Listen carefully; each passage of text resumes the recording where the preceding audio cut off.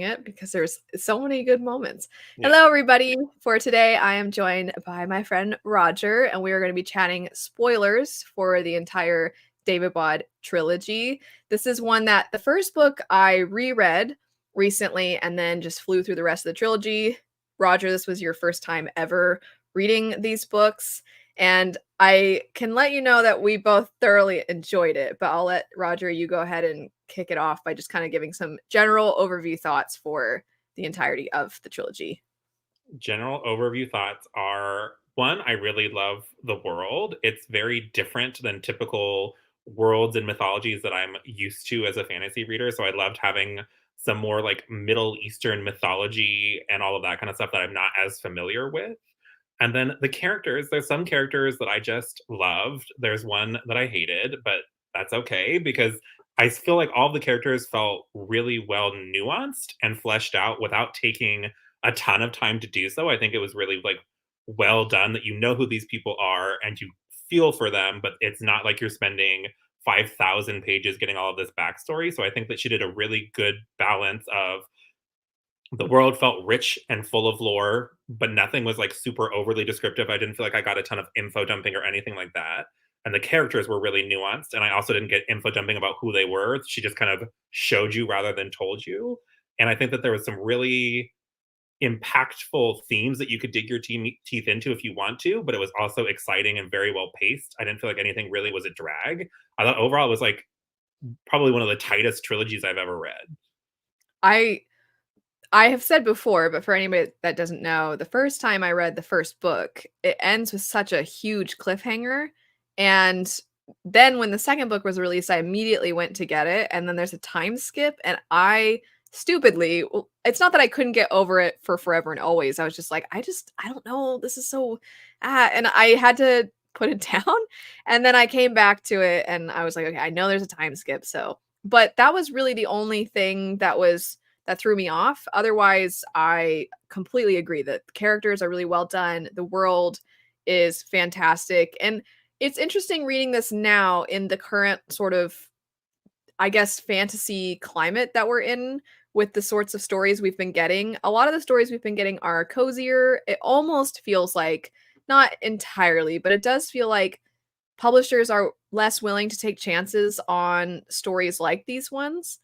And so it almost felt like a return to what I want in fantasy. It was so refreshing when contrasting it to a lot of what I have picked up this year in the newer releases, but even just it standing on its own without juxtaposing it, I still think it is phenomenal for all the reasons you described. I mean, I really love the characters, and I do think that the characterization is great in part because, to your point about how they're flawed and how everybody feels nuanced, they feel like people that would exist in that society because there's so much moral grayness to just absolute tyranny basically within these characters that I think a lot of their actions and their ways of being and their thought process behind why they do what they do feels really fitting.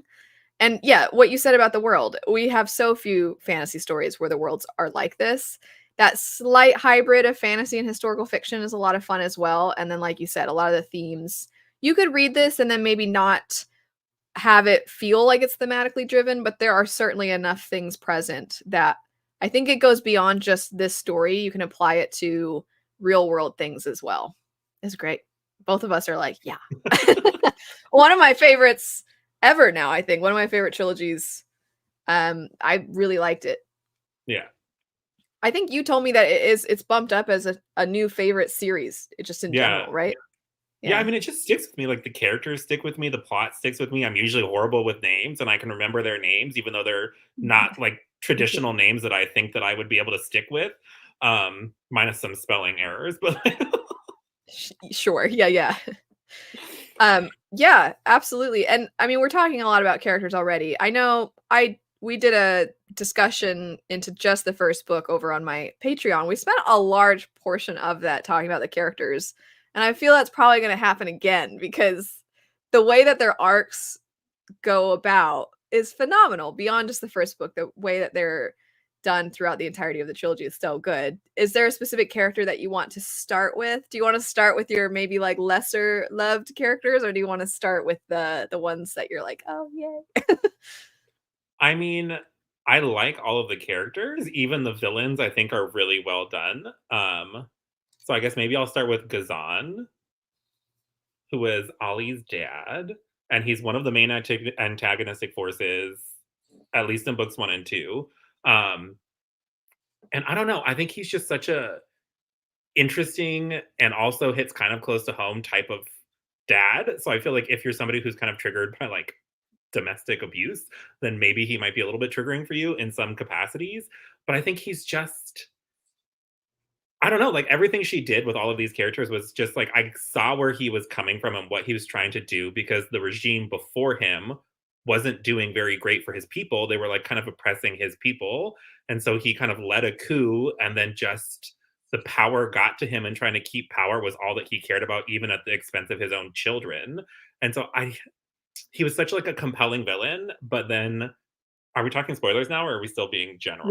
Yeah. Go ahead. So when he dies, I was like, "Yes!" And it was kind of like in this almost kind of pathetic way where he was, like, locked away in a prison and he just, like, died from a poison.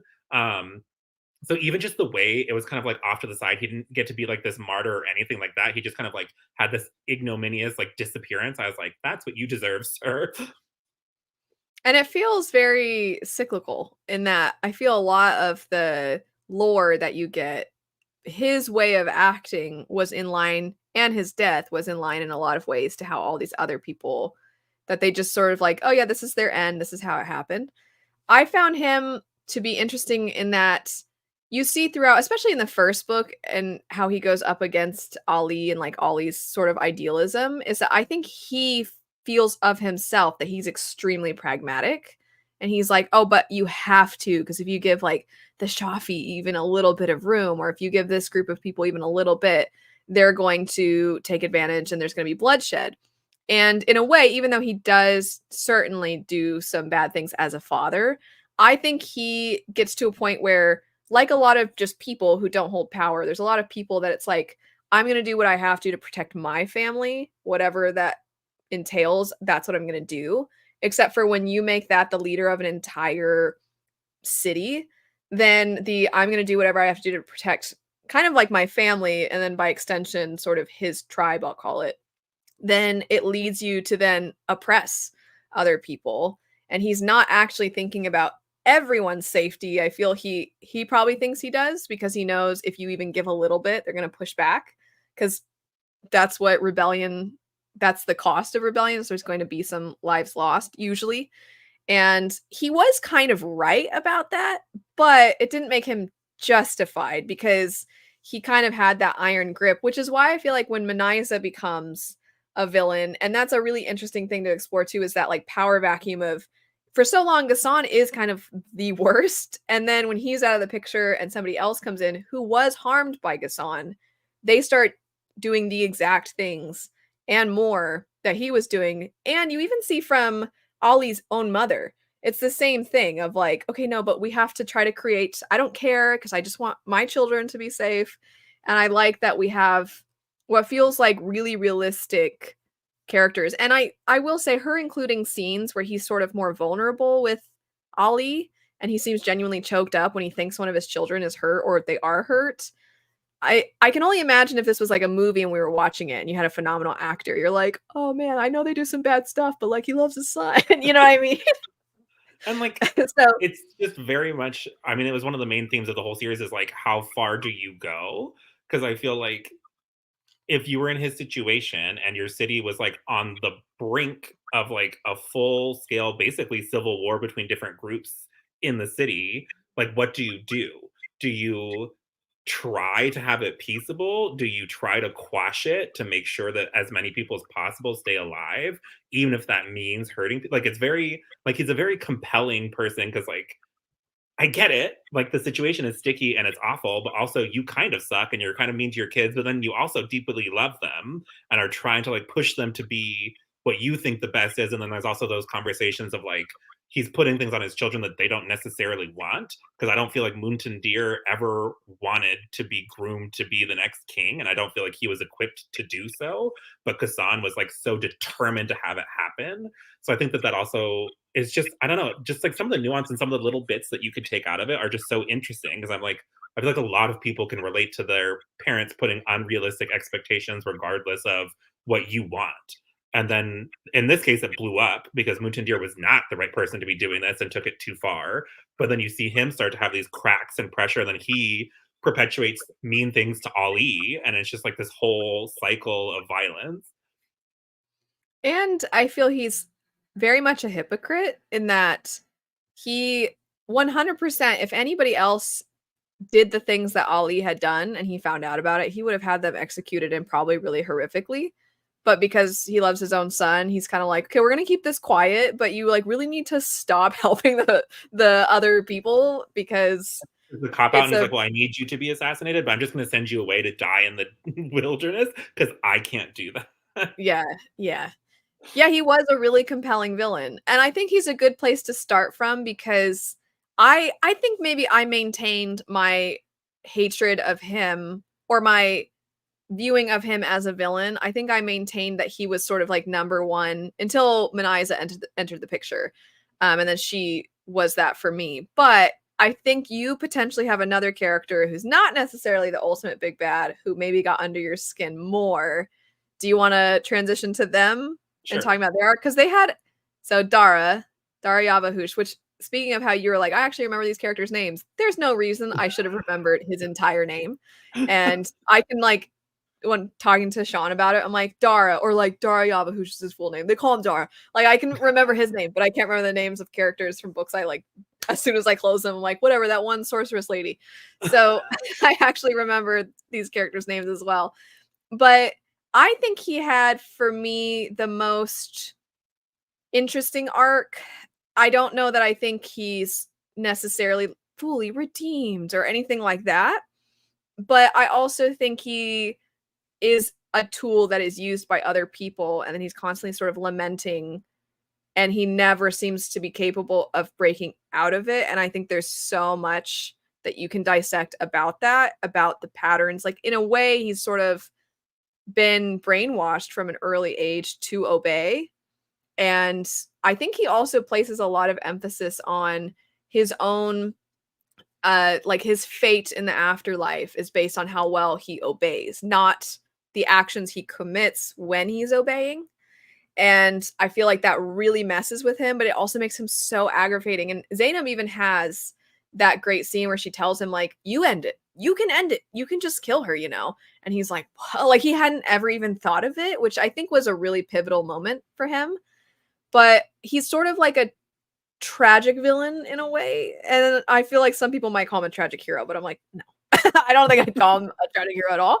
But I think it's fair to say he's a tragic villain because and he sort of represents so much of what the themes are, which is that when you've been because he has been abused by so many people for so long, and then it's you can see why he thinks the way he thinks and why he does the things he does, but also you're like, it doesn't justify them, even though you can see where it originated from. So I'm curious just in general. I mean, I feel like we could do a whole discussion on this one character, but your face, you're like, I hate him. I just find him infuriating, but I find him infuriating not because he was poorly done or poorly written. I think he was realistically written, and I feel like he just embodies that kind of toxic male stereotype of like the overprotective alpha male that just is a rage monster when he feels like anything is like getting in the way of his, like, especially in book one, his interactions with Nari and him being like this weird rage monster when he's jealous of her, I despise. And then a lot of book three, because we get a lot of perspectives from him for good or ill, of him whining about how, like, oh well, if I really believe that I was the weapon, then I did monstrous things. And I'm like, okay, well, just own it, just face it already. But we spent so much time with him kind of dithering, and I understand that like that would be realistic because he has millennia of brainwashing under him, training him to follow the Nahid family no matter what. Like, he is there to be their blade to protect them and do what they want. But I'm also just like, dude, shut up. like all you do is blame other people or blame your circumstances, and then like literally magic is gone. You're one of the only beings with power left, and you're still being this like whiny little brat. And I'm like, oh my good lord, shut up. So when he finally got like banished, like self-imposed banishment, basically, right, where he's like, okay, well, I'm gonna leave and I'll never be able to re-enter Daevabad because of the like sphere that they put back up, and I'm going to spend the rest of my existence like trying to track down the lost relics to help release the spirits of all of these people that were harmed. I was like, good, that's what you should do, because you've perpetuated genocide after genocide, murdered thousands and thousands of people, always displacing the blame on everybody else and never being like, okay, maybe I'm the problem. And he finally started to have a little bit of that, because we did have that moment at the end where he finally owns up and helps get rid of Maniza. And so, like, there were glimpses of him starting to do it, but I'm just like, okay, but I had to read, like, I don't know, these books aren't exactly short. They're not long, like crazy long, but it's like probably almost 2,000 pages of him just like placing the blame other places. And then, especially with his kind of emotional manipulation of Nahri in the beginning and his kind of gaslighting and his rage monster, I was just predisposed to not like him. And so then when I kept getting perspective after perspective after perspective of him continuing to like shift blame other places to not want to be the monster, I was like, oh my God, for the love of God, just shut up and die. Please, please. And then I was I think I so definitely had afraid. more I I had was more afraid that Nari patience. was going to end up with him. I was like, I oh, never was I think that's a big difference between us is I think after finishing book 2 when we sort of checked in, I think a lot of them like, I really don't think that's where it's gonna go. I don't think I think her and Ali are actually not that this whole thing comes down to like who ends up with who, but I wasn't really afraid of that. And I think not that I'm like trying to define how you felt just based off of what you're saying right now. You were like predisposed to just like you were so frustrated with him in book 1. And I was more so thinking like I want to see where your character is going to go because I feel it has to go somewhere more interesting. And then it ended up I think I what I said before, I think he ended up being for me the most interesting character as far as the entirety of his arc, especially cuz I find that and something that we briefly touched on because we were trying not to talk before this, but the idea of the fact that he even in their own lore, they talk about him like he was the ultimate horrible person. He is the scourge. He was this horrible monster, basically. yeah, he's basically the And boogeyman to nobody them. yeah, and nobody looks at who commanded him. And when you get that brief flashback, nobody looks at who commanded him to do these things.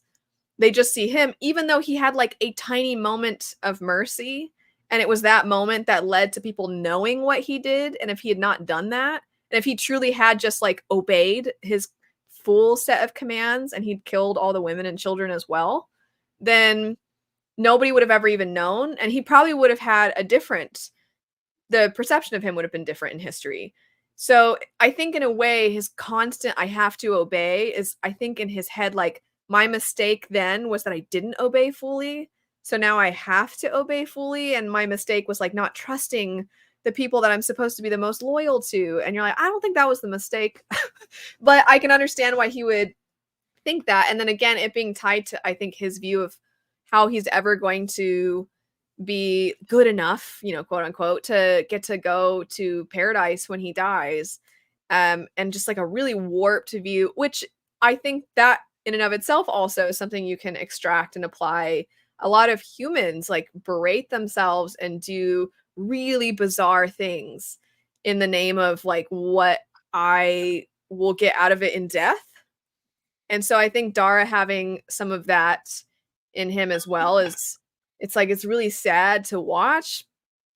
But I also think that the tragedy of the soldier type of character or the tragedy of it can like so easily become poorly done because I think sometimes what happens in stories that like to examine that trope is that or the archetype of that character is like they make it all about them and they don't ever look at the victims of what their actions like what they've inflicted on other people, and it's just all about like, oh, isn't it sad for them? And you're like, I mean, I think it's good to explore it, but what this book did well is it didn't shy away from showing the lasting effects his actions have had, why people despise him, why people hate him, the pain that he has caused and the extension of that over generations. And him having to like acknowledge that at some point and realize he wasn't entirely helpless. It's not that he had no agency or choice until, of course, he was enslaved. And it was almost like it took that for him to realize he had choice all along, I think. Because that actually, to me, was weirdly one of the most devastating things. Because if there's anything For me, about I was this like, character, good. Shut up, Dara. yeah, not for when he was enslaved, I was like, this is like, but that was sort of, I think, his breaking point, not just in that it was sad that it happened, but also like for him to realize that he had some choice all along. So when he finally has a chance outside of that, I think it's good that, like you were saying, that sort of self-imposed banishment, I think, was a great conclusion because it's a hard character to have an end of their storyline. So I think to have the end of his storyline be like, he's going to dedicate the rest of his life to trying to help. You're like, His okay, yeah. immortal existence, right? Because he's basically immortal. Yeah. Yeah.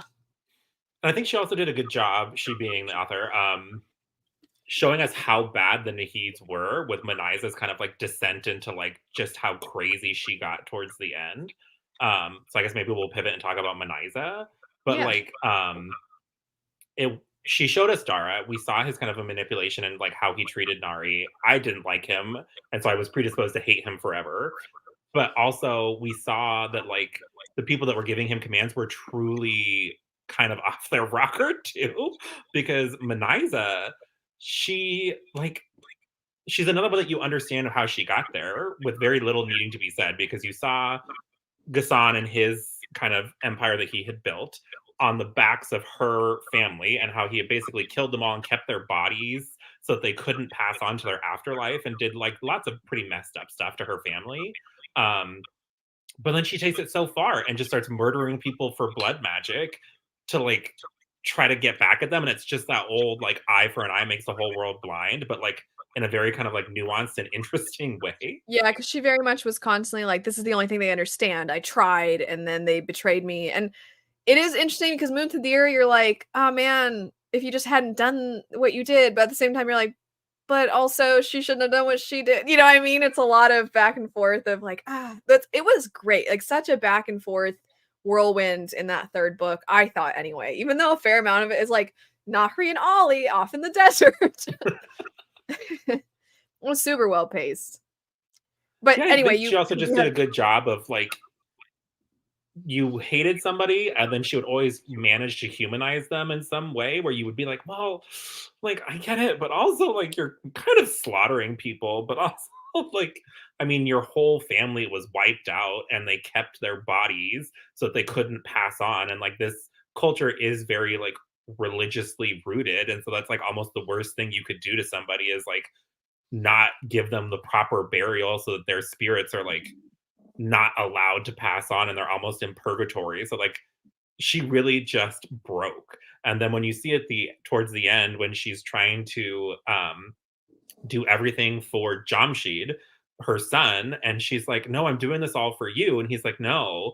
And like just like when she finally has that break of like she truly just goes off the deep end because she thought that if anything she was making a better world for her child, and then when she was confronted with the fact that like even her child thinks what she's doing is monstrous, she just totally like loses her grip on reality. And then that moment with Dara like manipulating her to get close enough to be the one to like end it all, I think it was like a really poignant and like sad, like it was just an intense ending.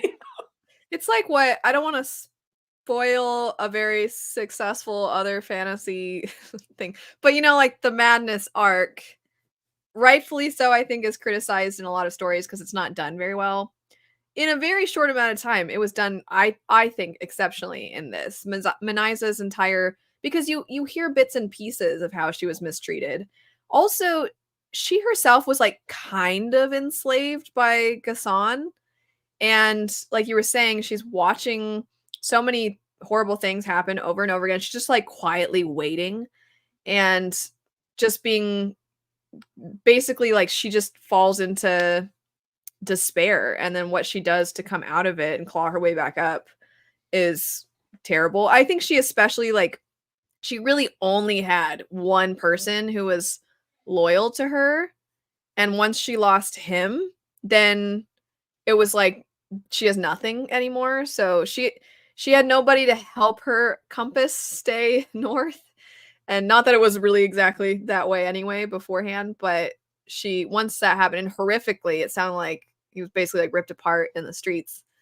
She doesn't have anything to hold her from, and also just the way she talks to Dara when she enslaves him is like, you just don't understand, but you will understand once this is all over, then I can like, but that's exactly what Ghassan would do, is like, okay, I have to have, everybody has to be oppressed basically and confined to these horrible circumstances, and like you'll all see in the long run that this is for the best, and then Meniza does the same thing.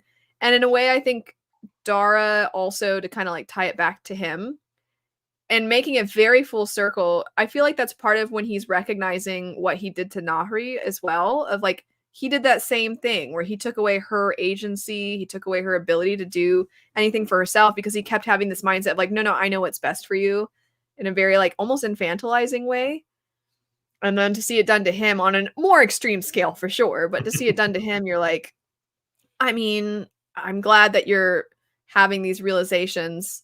And I do like, sorry, going back to Dara a little bit, I like that it's not just that he's like, oh, I realize like killing is bad. It's not that simple. It's like also he does start to recognize I should have never taken any of that from Nahri. I shouldn't have taken this from other people. I could have stopped a very long time ago.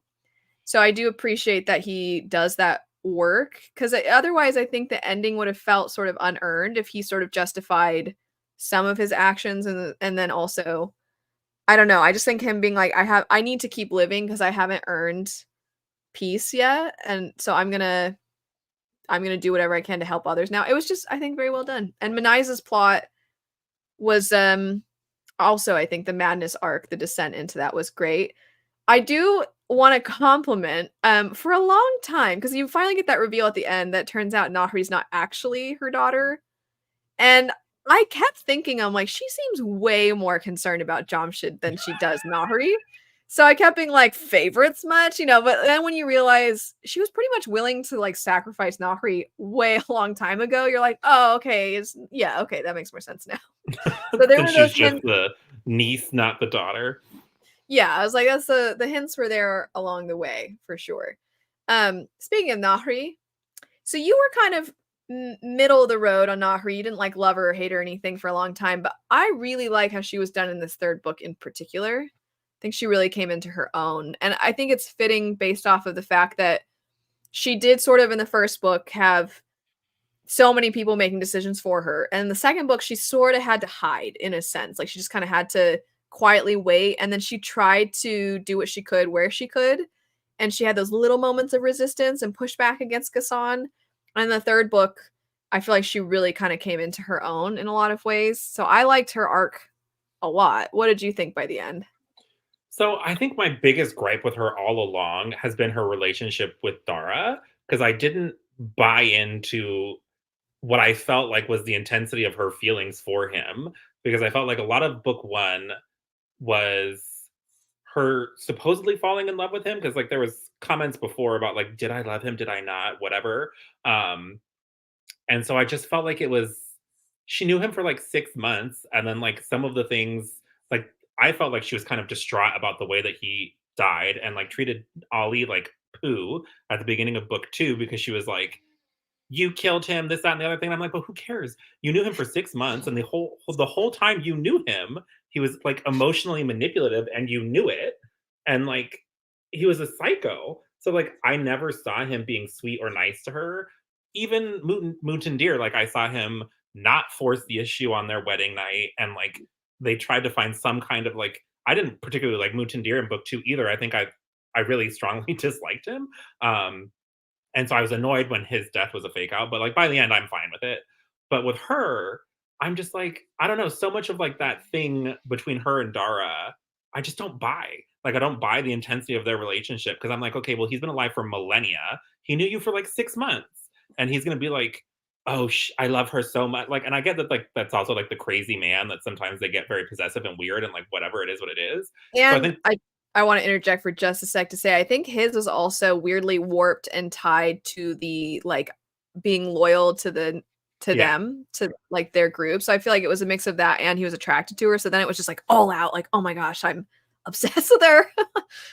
So I think that just colored my perception of a lot of her arc because I felt like so much of it was around Dara that I didn't feel that was like my biggest critique for the whole series is I just didn't buy their relationship. But in book three, especially with her interactions with Ollie and like her teaching him or like him teaching her to read and like all these different aspects, I just they were so sweet together. And so I did really enjoy her by the end. It's just her relationship with Dara that I don't get it. So It's I so don't disagree as far as I never felt like there was this romantic, sweet love between them at all. And I wouldn't even say it was like passionate because I think it's possible for characters to be written in a way where it doesn't matter if it's only 6 months, you like totally buy in. And I also never really bought in, but I kind of feel like that's acknowledged in a realistic way where by the end, Nahri even has a passage where she's like, I don't remember exactly what prompts this, but she is looking at like art or something and thinking like, I was that exact person of the like helpless woman who fell for this heroic, interesting, magical person because there was like a sense of adventure. And I think also when you get a little bit more of her backstory in book three and just how lonely she truly had been her whole life, that I do think part of it was it's not that she loved him necessarily because he was so good to her and because it's like she thought she was in love and she'd never had these feelings before and she didn't know exactly what they meant.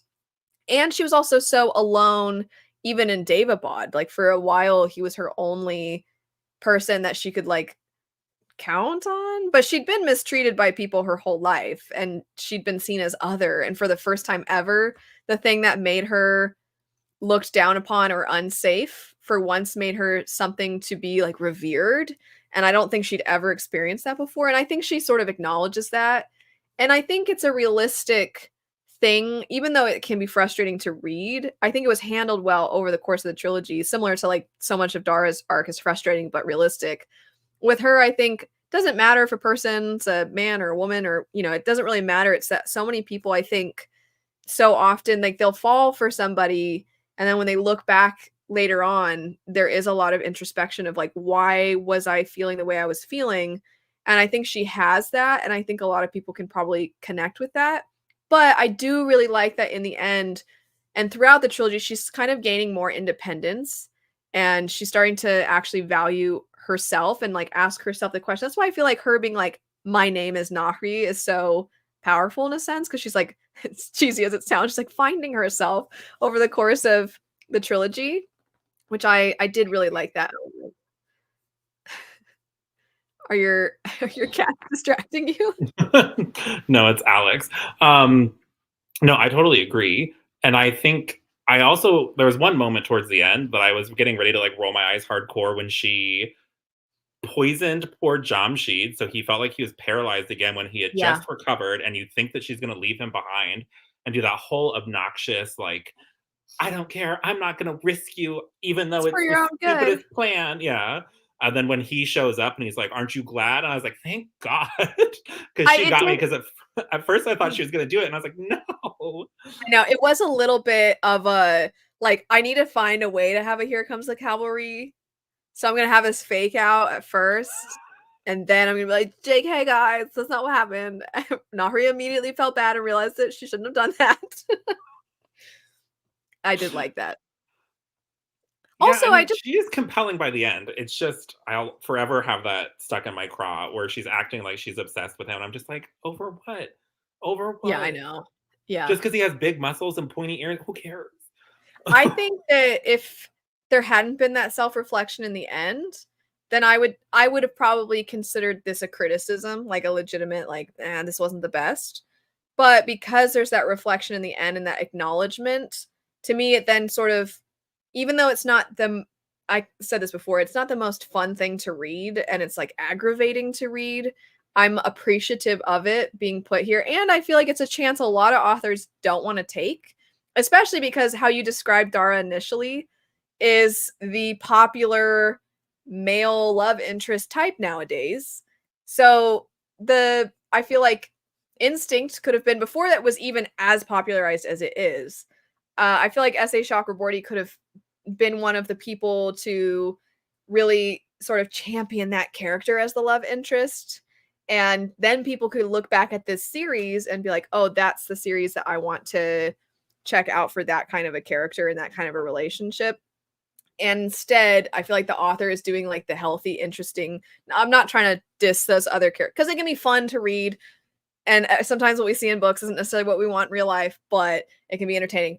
Okay, all that's true. But I feel like she took a chance of being like, I'm going to have that character and then I'm going to show what it's like when you're in almost like you were saying in an emotionally abusive situation and how it really lingers with you and it sticks with you and then what it takes to come out of that instead of just making him like the hot controlling possessive guy.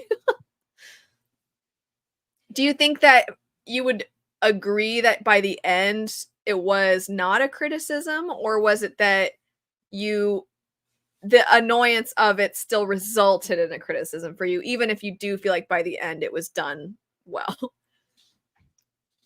Yeah, I mean, I just feel like if I had seen some glimpses of why she was into him without having to like extrapolate off page, then maybe I would have less. Because I don't know, like he was never in any way nice to her. So I'm like, so it was just because he was there? Like, I don't know. And like Like, I, loyal. yeah, like I hear Loyal. all of what you're saying. And like, I don't disagree that that's not what was happening. But I also am just like, but I never saw anything, like not even a Right. glimpse of a single moment. You know what it's like? It's like when you have like a friend who is obsessed with someone and you're like, why? Why? Yeah. That So was the we're the vibe. reader that were like Nahri's friend, where you're like, girl, what are you doing? So in that way, I feel like it's very realistic. I just want to throw out there really quick a character that I feel did not get enough time was Zainab. I wish I don't know if I'd say it's a criticism. It's just one of those things like what could have been. I wish we could have seen more of this character, Yeah, I just wish we saw especially less of Dara's POVs and we got a couple from her. yeah. I think that would have really made like I already loved the trilogy and I really loved the third book. I think if we'd gotten just a little bit of like what's she up to. And am I alone in a little bit like shipping her with that one like guard captain lady? Do you know who I'm talking about? It was like one I think it was one of Ali's people who survived and like found Zainab or something. And aren't they the ones that march in and they're like instantly berating Dara when they come in to like deliver a message and stuff? And I'm just Oh, I like, think so.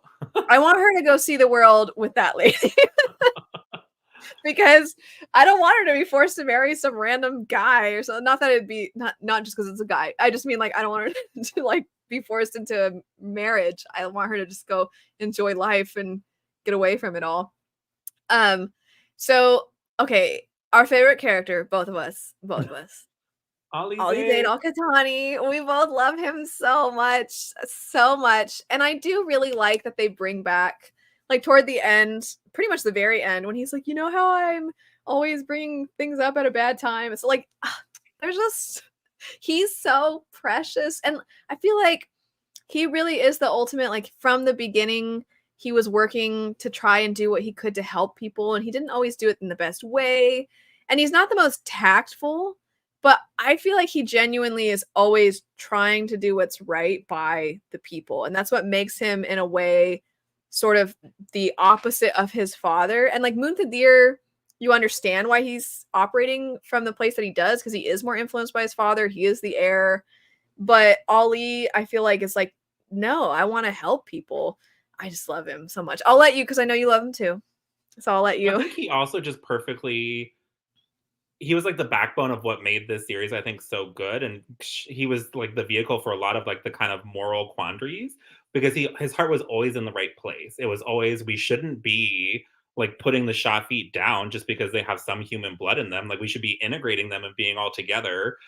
But that's like kind of a little bit naive in the sense that there's so many centuries of history and like ingrained basically racism between these different groups where it's like he's not really taking that stuff into account that there is this deep seated and I don't know, I think especially with the climate in our country sometimes that I think it just like is one of those timeless themes where like even if your heart is in the right place and you're trying to bring people together, you still have to learn how to acknowledge and appreciate the differences and like what got people to the points that they're at before you can kind of build those bridges. And I think it showed a lot of him just always trying like relentlessly to do the right thing, but like what is the right thing always depends on the lens that you're looking at it from. So I think he could have been like this stereotype of just like a goody two shoes. But I think also him just always being willing to reflect on like, ooh, yeah, that didn't quite go the way that I wanted, and like realizing how much more complex these situations really are was He's just so naive. interesting.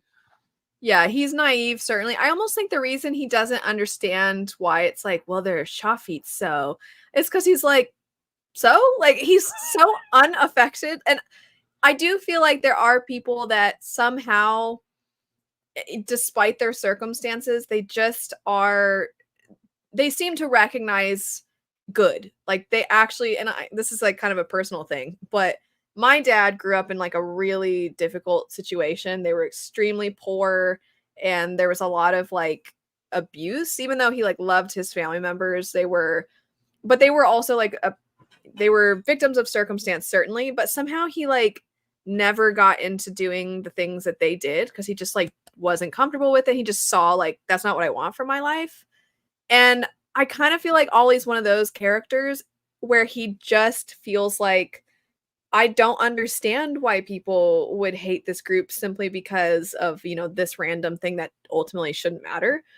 And he's like, it's like he doesn't understand it so fundamentally that he can't grasp why why it would continue to be a problem. Because in his mind, it's like, well, look, see, they're like us. And then other people are like, no. And he's like, wait, what?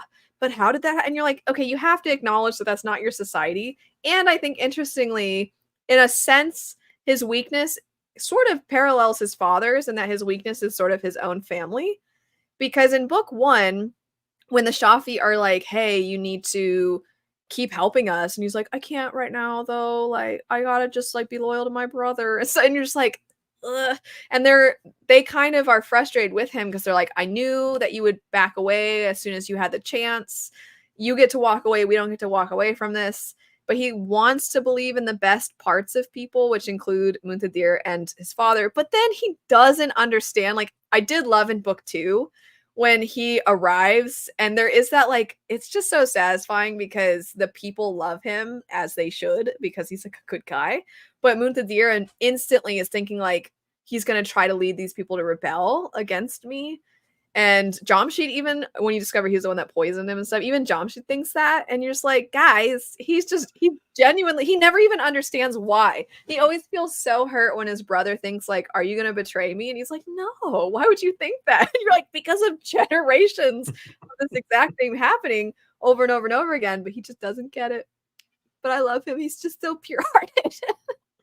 He's a And like well some people could become like jaded by like I keep trying to help people and like everything blows up in my face, but he like never gives up and he always is willing to like reassess and like learn from his mistakes, and so he always tries to do better. And so I'm just like, and then when his he cries. It's always like, no, when Ollie cries, it makes me want to cry. Sorry, go ahead. oh, and I was just gonna say like him and Nari's like budding relationship. It was so well done because we got to see them meet, and they were both like kind of interested in each other. Like she mentioned that he like was very attractive or whatever, but like um it was just such a more organic way of doing a relationship where you saw them like having mutual interest and they both like reading and like finding their shared love, and then him sharing how to read different things with her, and then her teaching him how to speak, and like it was just like I loved it all. It was so I cute. did And then really like that moment with Muntadhir and Zainab and him where they're like, we had a bet how many times you kissed her. And he's like, oh, like horrified. They're like, we don't care. he was also And I like a did like, needed piece of levity because like this series is pretty dark with some of the places that it goes. And so yes. he was like the little thread of light that like kept you like optimistic. I thought it was, well, first off, that old man, the apothecary, is so cute. But also when Nahri is like breaking down, thinking about they could have just like a nice, comfortable life, there's a little part of me that's like, What if it just ended like that? If they're just like, you know what? We should just stay here. And they get there, and she had 5 years of Muntadhir. Give her like 5, 6 years, her and Ollie in this little apothecary. And then, bad people can show up and then they're back in the fight. But there's a part of me like, I just want them to have that life. You know what I mean? And I feel like that's hard to accomplish where you genuinely you want your characters to step away from the fight, you know what I mean? But I felt it for sure. And especially Nahri, her life has always been she's never had any sense of security. So I feel like that moment was really sad for her. We were mentioning Muntadhir. Man, I think he had the most whirlwind of I had the most whirlwind of feelings towards him, I think, of all the characters. Because man, I like couldn't stand him in book 2. He was so annoying. And just him constantly throwing a fit about everything. And I guess maybe this is a tiny bit of a criticism, but I feel like the book a little too the series as a whole a little too often they're like, well, he is clever, he does understand politics and all these things, and I'm just kind of like, does he Does he? though? Like, or is it just that he like appeases rich people? I guess that is understanding politics, where like, Ollie can't do that because he's just that like that part with their random like cousin or whoever that shows up because he wants like the slaves back or something. And they're like, they're not slaves though. And you're like, yeah, they are. That whole part where Muntadhir's like, Ollie, come on, man. And I'm like, you come on, what the heck? So yeah. And when he like challenges him in the arena and stuff, I'm like, ugh. I loved when Ollie punched him. It was so satisfying. And it was a good, I do feel like she wrote the sibling dynamics really well in this.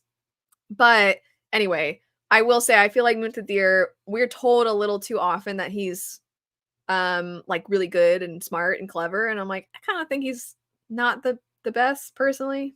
No, But he just seemed like he's more interested in drinking and like prostituting or whatever. I think he has a hint of oh shoot, what's the like he's is the word rakish enough that he can kind of like understand where other people that are like that are coming from. So he kind of knows how to pull the strings of those in power. But I don't feel like we see it often enough to really feel like it's as good as other people claim it is. I did like how he attempted to resist though in book 3, and I will say he did go through a lot in that third book. You don't actually see the scene, but it's referenced at the end when he thinks that Jamshid and Ali are not real and he's like trying to kill himself because he thinks it's like a dark illusion and stuff. You're like, well, geez.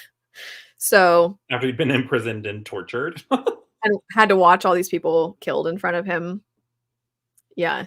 Yeah, he had quite the arc for me. And you said this before, but the sort of fake out almost death in book 2, you were like, I kind of wanted him to die.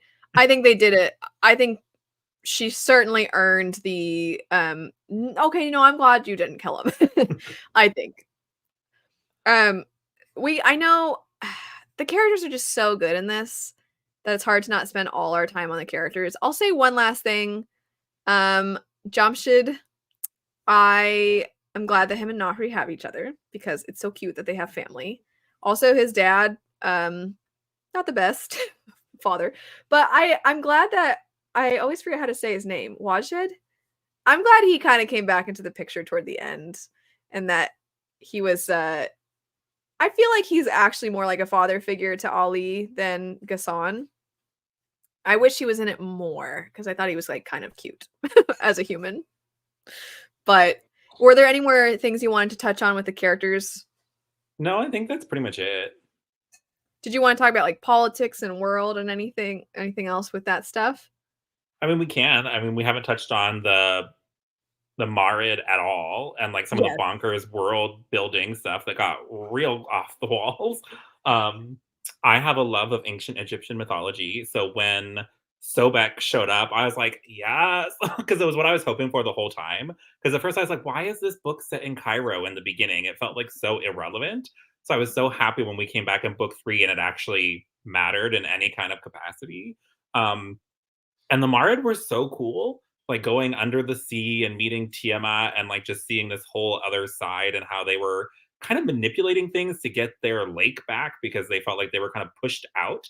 Um, it was just echoing more and more. Like she really had a lot of like cyclical themes kind of to underline her discussion of cyclical violence, because it's like, okay, well, the Marid and the Deva slash Jinn were competing for people's favor. And so then the humans kind of rose up and like put limits on their power, but then they started oppressing each other instead to like vie over like it was just, she just underlined it so many times, but in like in ways that didn't feel like cliche or like repetitive. Um And she and didn't their magic was confine so it. cool. It wasn't like this group, these are the good ones, and then these are the bad ones. It was like this permeates everything. It gets into so many different groups. And I will say it wasn't necessarily, by the way, we also have they show up a little bit more.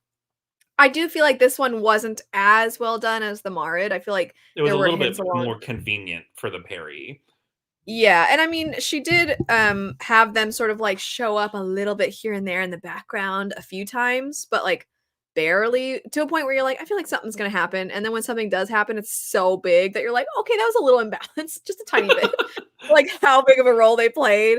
Um, but the Marid, I think that this was one of those things where as I was reading it, I'm like, we're getting pretty out there right now. I'm not opposed to it, but it's pretty out there. But then I was thinking like this will be so fun on reread to because absolutely from the beginning, like the derogatory term thrown at Ali is like the crocodile, you know, like these things that are thrown at him. And there's certainly things with the Marid a number of times, but you just don't really quite understand or know the lore behind them within their world and how they affect things and how they're tied to Daevabad. So then when you do get all of that, all of a sudden it feels like really intense. The monsoon one versus the river one, and um, but it was such a like almost it feels like paying homage to really OG. Here comes the cavalry. Like one character goes off to the side and then gets a bunch of people. It feels like Lord of the Rings, the Aragorn. You know what I mean? Like it's Yeah. such a you bring back this like crazy army basically to help. I thought Of that like was ruined ships that you brought back up off the seabed. yeah, that's so cool. It would be I okay, this is probably not the most important part of this chat, but I think in recent years, I don't know, I can't remember the last time I've wanted an adaptation more. Because this would be so different from what we would get from so many other stories, but it would still have all the ingredients of what we like in a lot of really great fantasy. I feel like it would have to be some kind of I almost would want it to be some kind of cool animation, but I realize I want that all the time for fantasy adaptations. I actually think they could do this one live action. It would work. It's just that this part of it, I feel like maybe you would really want to save some money for this part of the story because it could look really bad really quick. Um, but yeah, I thought that the lore stuff and all these different like groups and her oh my gosh, what's it called? The like one that she flies on. I Oh, her loved little, it. I don't remember what it's called. Yeah. I loved it, and I was like, "Oh, I want one."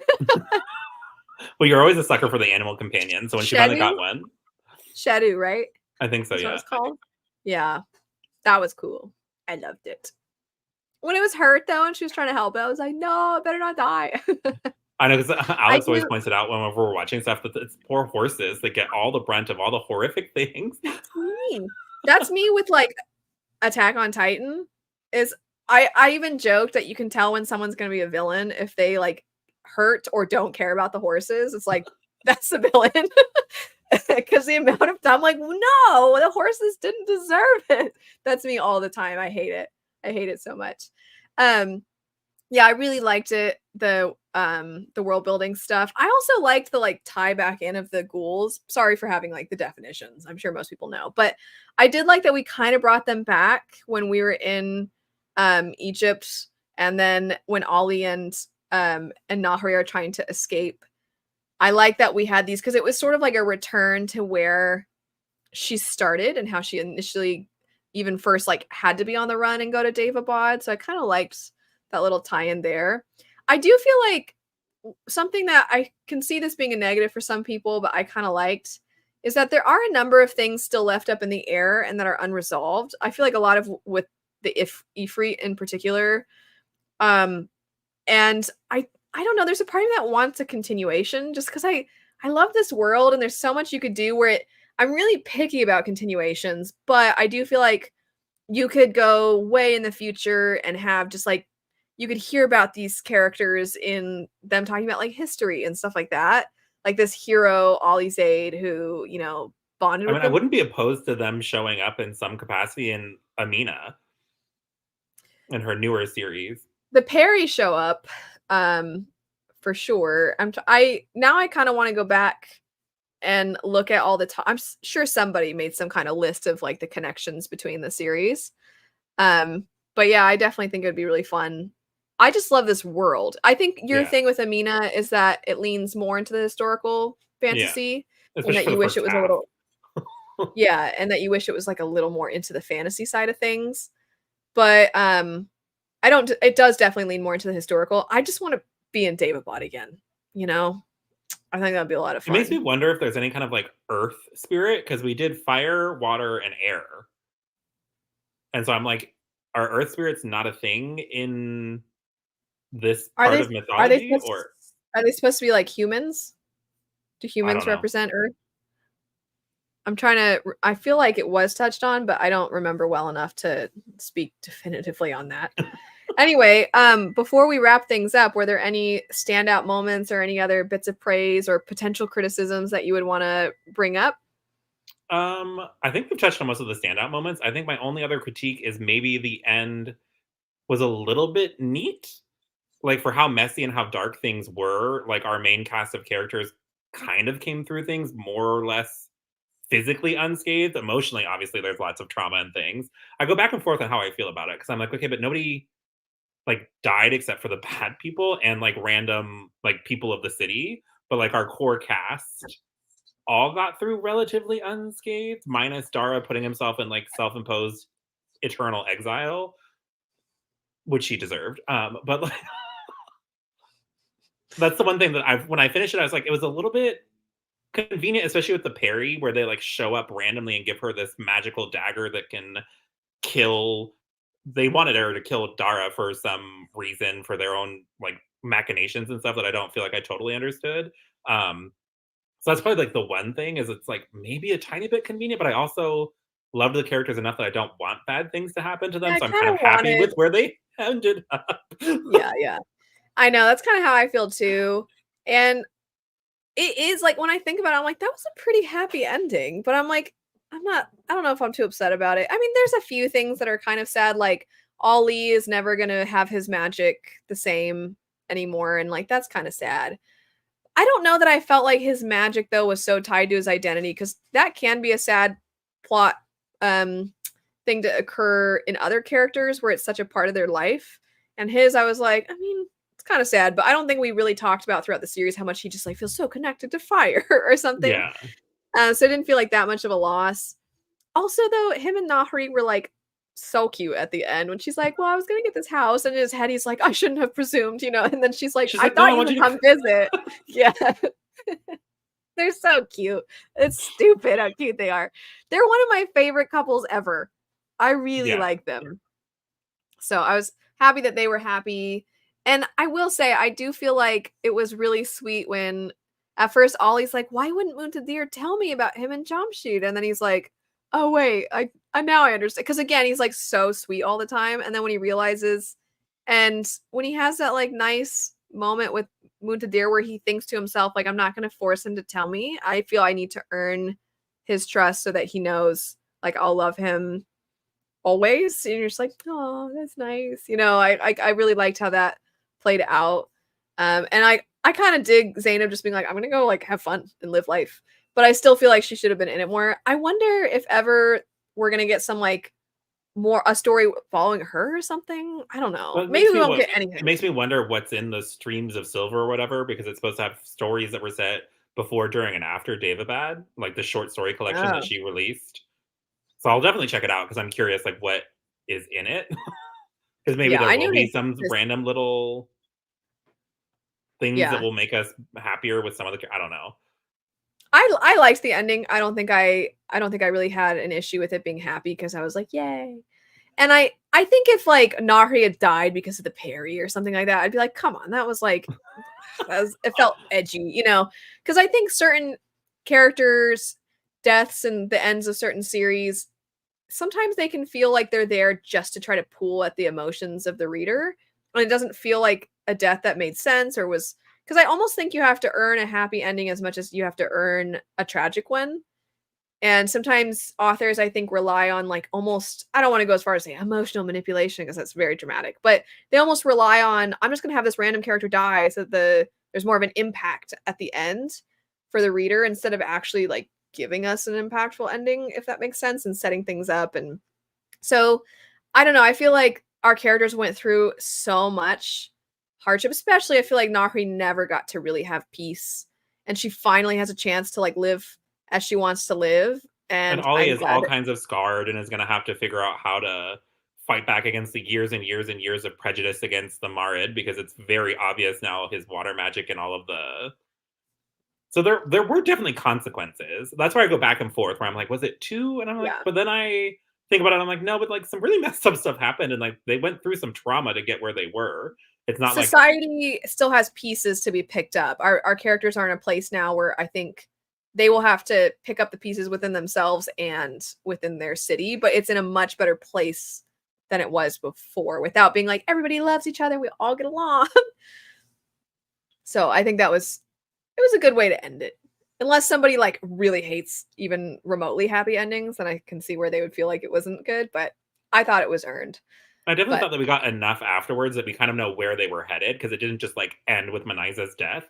Because I really right. love some of the like returning home and seeing that things that were different, like the true Lord of the Rings ending. Like it doesn't necessarily need to be that long because I feel like that one's like I don't Five know, like different endings. almost 50 or 40 or 50% of the third book is like them going back and like doing. I eat that stuff up because I like to see like the consequences of what happened.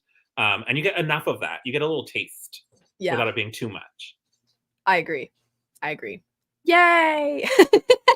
It was so good. We both loved it so much.